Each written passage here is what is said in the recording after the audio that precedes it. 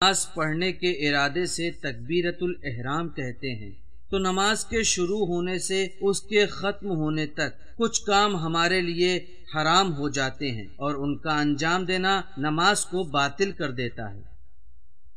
اگر نماز کے درمیان یہ پتہ چلے کہ جس جگہ ہم نماز پڑھ رہے ہیں وہ غصبی ہے تو پھر اس جگہ نماز پوری کرنا صحیح نہیں ہے۔ اسی طرح اگر نماز کے دوران معلوم ہو کہ ابھی نماز کا وقت نہیں ہوا، یا یہ کہ ہمارا وضو یا غسل باطل ہو جائے، مثلا نماز پڑھتے پڑھتے نیند آ جائے، تو نماز باطل ہو جائے گی۔ اسی طرح اگر کوئی جان بوجھ کر اپنے چہرے کو قبلے سے اس طرح موڑ لے کہ کوئی نہ کہے کہ یہ قبلہ رخ ہے، تو نماز باطل ہے۔ نماز کی ظاہری صورت کا ختم ہونا، اگر نماز کے درمیان ہم کوئی ایسا کام کریں کہ نماز کی ظاہری شکل ختم ہو جائے، مثلا اچھل کود، چاہے یہ جان بوجھ کر ہو یا بھولے سے، اس سے نماز باطل ہو جاتی ہے۔ لیکن ہاتھ یا آنکھ سے اس طرح اشارہ کرنا جس سے نماز کی شکل تبدیل نہیں ہوتی، اس میں کوئی حرج نہیں ہے۔ اور اگر نماز میں اتنی دیر چپ رہیں کہ لوگ نہ کہیں کہ نماز پڑھ رہا ہے، تو اسے دوبارہ پڑھنا پڑے گا۔ نماز کو تمام کرنا واجب اور توڑنا حرام ہے، لیکن کسی مجبوری مثلا بدنی یا مالی نقصان سے بچنے کے لیے نماز کا توڑنا جائز ہے۔ البتہ بعض موقعوں پر نماز کا توڑنا واجب ہو جاتا ہے، مثلا اگر قرض خواہ اپنے پیسوں کا مطالبہ کرے اور اس کی ادائیگی بغیر نماز توڑے ممکن نہ ہو، تو اگر وقت زیادہ ہو تو نماز توڑ کر اس کے پیسے دینا ضروری ہے۔ نہ چاہے تو میرے کو چل بابا چل ایک کام کر، چل میرے ساتھ پیسہ دے چل۔ کھانا پینا نماز کو باطل کر دیتا ہے، حتیٰ اگر یہ کام اس طرح ہو کہ نماز کی ظاہری شکل تبدیل نہ ہوتی ہو، لیکن دانتوں کے درمیان پھنسے ہوئے کھانے کے ذرات کو نگلنے سے نماز باطل نہیں ہوتی۔ اگر دوران نماز قصداً بات کر لیں، چاہے ایک لفظ ہی کیوں نہ ہو، تو نماز باطل ہو جاتی ہے، لیکن کھانسنے، ڈکار لینے اور آہ کھینچنے میں کوئی حرج نہیں ہے۔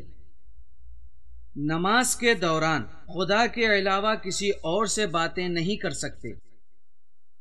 اس بنا پر حتیٰ پیغمبر اسلام اور ائمہ اطہار علیہم السلام کو بھی قنوت وغیرہ میں مخاطب قرار نہیں دے سکتے۔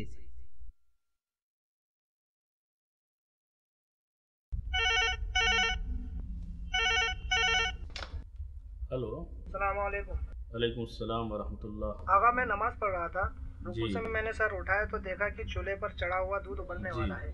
میں نے رکوع کے بعد والا ذکر زور سے پڑھا کہ میرا بھائی متوجہ ہو جائے اور گیس بند کر دے۔ کیا میری نماز صحیح ہوئی؟ جو صورت آپ نے بیان کی ہے اس میں کوئی حرج نہیں ہے، نماز آپ کی صحیح ہے۔ جی، میں واضح کر دوں کہ اگر نماز میں کوئی شخص ذکر کو ذکر کی نیت سے پڑھتا ہے اور قربتاً اللہ کے قصد ہی سے اس ذکر کو مکمل کرتا ہے تو اس سے کوئی فرق نہیں پڑتا ہے، لیکن اگر وہ صرف کسی کو متوجہ کرنے کے لیے ذکر پڑھتا ہے تو مشکل ہو جائے گی، لیکن اگر قربتاً اللہ اس نے ذکر پڑھا اور صرف آواز کو کچھ سمجھانے کے لیے یا کسی کو متوجہ کرنے کے لیے زور سے اس نے نکال دیا تو اس سے نماز میں کوئی اثر نہیں پڑتا ہے۔ جی آقا شکریہ، خدا حافظ، اعتبار سے دعا۔ خدا حافظ، فی امان اللہ۔ نماز کے دوران ہم کسی کو سلام نہیں کر سکتے، لیکن اگر کوئی ہم کو سلام کرے تو جواب دینا ضروری ہے۔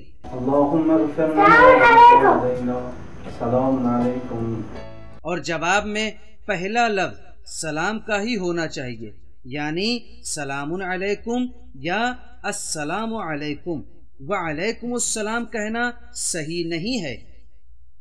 دنیاوی امور کے لیے قصداً آواز سے رونا نماز کو باطل کر دیتا ہے، لیکن اگر رونا بغیر آواز کے ہو یا خضوع و خشوع یا عذاب الہی کے خوف سے ہو تو نماز باطل نہیں ہوتی ہے۔